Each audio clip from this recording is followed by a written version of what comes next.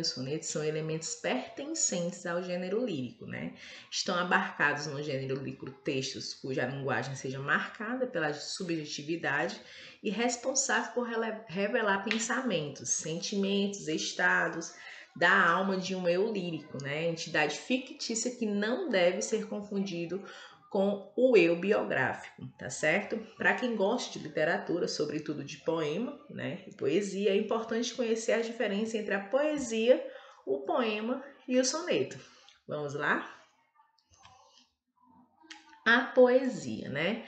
Nem sempre está relacionada apenas com o poema. A poesia é um elemento mais que a estrutura textual. Ela pode estar apresentada nas mais diversas manifestações artísticas, seja numa pintura, na escultura, na música, na fotografia e até mesmo em uma pequena, né, situação do cotidiano. Sendo assim, é um equívoco, né, denominar o gênero literário como poesia, até porque a poesia não é exclusividade da literatura, mas sim uma definição mais ampla que contempla outras formas de expressão. Tá certo? Já o poema, gente, é um elemento pertencente ao gênero lírico. O poema é um gênero textual que apresenta características bem peculiares que são responsáveis por sua identificação. Entre essas características estão os versos, ou seja, as linhas que constituem uma obra desse gênero, né? A musicalidade, a repetição e o emprego de metáforas que garantem, né, maior subjetividade ao texto. O que seria, né, os povos indígenas. A gente vai poder agora aprofundar um pouquinho sobre a poética indígena. A gente percebe aí que eles são criadores, como a gente viu nesse vídeo, né? Eles são criadores de muitas ações, atividades, produtos que hoje em dia a gente é bem familiarizado com eles, né? Então, assim, a poética indígena, gente, é a literatura indígena que é marcada pela tradição de uma narrativa com fortes traços da oralidade, tá? Ampliada por sistemas de representação por meio dos grafismos, que consistem numa narrativa, né, que é bem diferente do conceito estrito da palavra impressa, né? Gente, o grafismo, né, indígena são narrativas de histórias e informações com a linguagem e leitura própria, portanto, devem ser valorizadas na sua especificidade, tá certo? Gente, a grande diferença entre a escrita ocidental e a escrita dos índios é que para estes o corpo da escrita, né, o corpo nosso e o corpo da terra se integram multiplicadamente, tá certo? E eu trouxe aí uma figurazinha bem bacana para vocês aí do lado. Você percebe aí uma índia, né, uma figura de uma índia toda com o rosto pintado, tá certo? Aí eu já falei, né, sobre a grande diferença da escrita ocidental, da poesia, né? O que dizem, gente? O que dizem mesmo os povos indígenas, né? Ao escrever usando a escrita alfabética? Para a gente responder essa questão, a gente vai ter que recorrer a um poema da escritora, né, indígena potiguara, crítica literária e professora de literatura, Graça Graúna, né, pseudônimo de Maria das Graças Ferreira. Mas antes da gente ler uma poesia da Maria das Graças, eu queria que só vocês, né, soubessem quem é realmente a Graça Graúna, né? Ela nasceu em São José dos Campos, né? São José dos Campestres, Rio Grande do Norte, é descendente de potiguaras, né, e formou-se em letras pela Universidade Federal de Pernambuco, onde fez o mestrado sobre os mitos indígenas na literatura infantil e também é doutorada sobre a literatura indígena contemporânea no Brasil. Publicou livros de poesia e narrativa infanto-juvenil. Uma das suas principais obras foi As Criaturas de Nanderu, tá certo? Então, a gente vamos lá dar continuidade na nossa aula e assim fica bem mais fácil para vocês estarem, né, fazendo a atividade, né? Então, vamos aqui. Escrevivência indígena. Ao escrever, deu conto da ancestralidade, de caminho de volta do meu lugar no mundo. Tá certo? Aqui é um poema, tá? Da Graça Graúna, né? Eu já li também um pouquinho da sua biografia para vocês saberem quem é. Gente, aí na questão número 1 do livro de vocês, na página 52, né? Pede na questão número 1, no poema, a palavra ancestralidade, o que é que ela significa? Na verdade, gente, ancestralidade nesse contexto aí quer dizer que é a identidade, né, histórica, cultural e genérica herdada dos ancestrais. Tá certo? Já na questão número 2, está pedindo que vocês expliquem o significado da expressão dou conta, que também está, né, destacado aí no poema. Essa expressão pode ser entendida como tomar consciência, perceber, tá ok? Então, mediante essas informações de início, vocês conseguem estar respondendo as demais questões. Gente, dando continuidade aqui. A literatura indígena é uma forma de perpetuar o conhecimento oral, ou seja, quando um indígena escreve sobre seu próprio povo, ele está traduzindo para a escrita experiências que aprendeu por vivências culturais, né? Sua família, suas raízes e etc. Ele fala da origem de sua essência, do que aprendeu e qual deve ser respeito, né? Deve respeito e o que verdadeiramente é, pois fala com propriedade daquilo que conhece. Aqui eu trago outra gravura, né? Outra pintura que retrata os costumes indígenas, tá certo? Aí vocês viram que o canto é cada uma das partes em que se divide um poema longo. Refrão ou estribilho de uma canção, né? É um gravador natural de acordo com o compositor Luiz Tati. Ele consiste num verso ou num grupo de versos que se repetem, em geral, ao final de cada estrofe, né? A poesia, em geral, não tem a figura do narrador.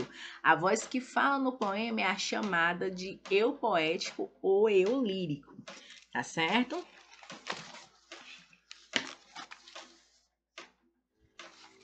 Gente, a dissertação escolar ou dissertação argumentativa é um tipo de texto muito presente nas redações dos concursos vestibular, como eu já falei para vocês anteriormente, tá? Um dos motivos é porque, além da capacidade de avaliar a linguagem e a forma como o candidato organiza suas ideias, é possível também saber se ele possui o senso crítico e a habilidade de argumentação, tá certo? Porque a gente começa a ver esse gênero muito cedo no ensino fundamental, para vocês já irem desenvolvendo esse senso crítico, para vocês já irem se familiarizando com essa estrutura, para não sentirem tanta dificuldade quando chegar lá no ensino médio e fazer vestibular, tá certo? E assim, o gênero dissertativo, ele tem como objetivo expor acontecimentos e debater o tema, né? Na sua redação, você pode simplesmente abordar um assunto e apresentar para o leitor, ou você pode ir além, né? Defendendo um ponto de vista, tentando convencê-lo do seu posicionamento. Como dito anteriormente, existe mais de uma opção de dissertação. A gente vai ter, né? Vamos ter de contar com mais detalhe logo em frente, a gente vai estar vendo mais um pouquinho, né? E ela é formada por alguns parágrafos, sendo que no vestibular costuma aparecer no mínimo de 7 a 30 linhas. E em sala de aula também nós fazemos essa base, né? De 10 a 15 a 20 linhas para vocês já irem tendo, né, essa familiaridade de também conter as palavras sendo objetivos em determinados pontos e linhas, tá certo? E assim, gente, uma redação dissertativa argumentativa, ela deve ser dividida em 3 partes, tá? A introdução, né, que é a parte do texto em que você vai apresentar o tema a ser discutido. O desenvolvimento, que é a parte da redação em que será preciso trazer os elementos que enriqueçam a discussão com argumentos, exemplos concretos, dados estatísticos que comprovem a sua ideia, né? A conclusão, que é a parte do texto em que você fará o desfecho, que pode ser a parte de um resumo de ideia discutido ou com a apresentação de medidas a serem adotadas em relação ao tema, tá certo?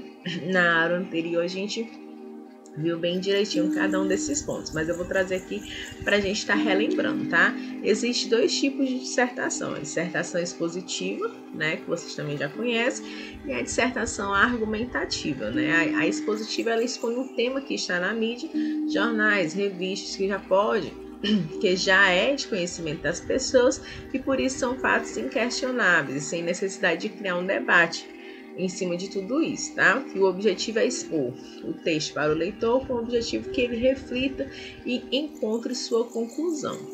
Já a dissertação argumentativa, nela você apresenta sua opinião sobre o tema e defende um ponto de vista a partir de argumentos com exemplos concretos, tá certo? E já nesse segundo, você vai tentar convencer o leitor de que sua conclusão faz muito sentido, tá? Quem estiver lendo o texto não precisa necessariamente concordar com o que você diz, mas também tem que sair da leitura com a sensação de que tudo que está muito bem fundamentado, tá certo? Já como fazer uma dissertação argumentativa, também trouxe alguns passozinhos aqui bem enxutos para vocês não esquecerem mais, tá? Para escrever um texto dissertativo argumentativo, você vai apresentar o tema e logo trazer seu ponto de vista sobre ele. Vejamos aqui o passo a passo. O primeiro passo é informar o leitor qual é o tema da sua redação, né? Faça isso da forma mais clara possível em sua introdução. O passo 2 é logo depois, defina qual é o seu posicionamento e coloque-o ainda no primeiro parágrafo. Essas informações devem estar bem presentes no início do texto, tá certo? Já o passo 3, durante os parágrafos de desenvolvimento, você vai defender o seu posicionamento diante desse tema, apresentando assim as razões para pensar dessa maneira. Percebeu que não é só jogar todos os argumentos aí, né? Você precisa amarrar e explicar tudo para que o leitor concorde com você e fique convencido sobre a sua ideia, tá bom? E já o quarto passo é, após apresentar os argumentos, é hora de usar exemplos concretos para evidenciar suas questões levantadas, né? Recorra a dados estatísticos e casos veiculados pela mídia para exemplificar, tá bom? E já o passo 5, você tem duas opções para fazer a conclusão, tá? Você pode apresentar uma solução ao problema, chamada de proposta de intervenção, ou você pode reforçar o ponto de vista apresentando na introdução sua tese, né? Dando força mais uma vez para o seu posicionamento. Bacana, não é isso? E aí, o que não fazer em uma redação dissertativa, gente? Argumentativa, tá? Existem alguns detalhes que não são muito aconselhados na dissertação argumentativa, tá bom? Procure não estabelecer diálogo com o leitor e escreva sua redação em terceira pessoa. Isso não é bom, tá? Apesar de ser um texto opinativo, não coloque o pronome eu na dissertação. Sabe aquelas frases, eu acho que, eu acredito que, entre muitas outras. Então, você procura evitar elas, tá certo? Existe uma diferença muito grande entre artigo e opinativo quanto ao foco e a sua opinião. Em dissertações argumentativas, que o foco é a construção da linha de raciocínio e defesa daquele ponto de vista, tá certo? E o gênero textual notícia é o que a gente também estudou bastante, né? Sobre esse gênero notícia, mas também vimos também outros gêneros da língua portuguesa, tá certo? Mas mais enfocado esse bimestre foi o gênero notícia, tá? De forma específica, possui uma linguagem clara, precisa e objetiva, uma vez que se trata de uma informação e por isso tudo que é relatado precisa estar claro de modo a fazer com que a mensagem seja transmitida de forma adequada. Que tal conhecermos agora um pouco mais sobre as partes que constituem este gênero? Vamos ver? A gente já conhece, mas vamos dar essa reforçada. A manchete ou título principal costuma ser composto de frases pequenas e atrativas e revelar o assunto principal que será retratado em seguida. O título auxiliar, sua função é complementar o título principal, acrescentando-lhe apenas algumas informações a mais. O lead, que é este termo deriva de uma palavra inglesa lead. Nessa parte, precisamos encontrar todas as informações necessárias para responder às seguintes perguntas. Onde aconteceu o fato? Com quem? O que aconteceu? Quando? Como? Por quê? Qual foi o assunto? né? Então, assim, e o corpo da notícia, né, ela é um detalhamento maior do que os fatos, de modo a destacar os detalhes mais importantes, fundamentais à compreensão do interior, do interlocutor, tá certo? Então, a notícia é um gênero textual do ramo jornalístico, isso aí a gente já sabe, a gente não vai esquecer.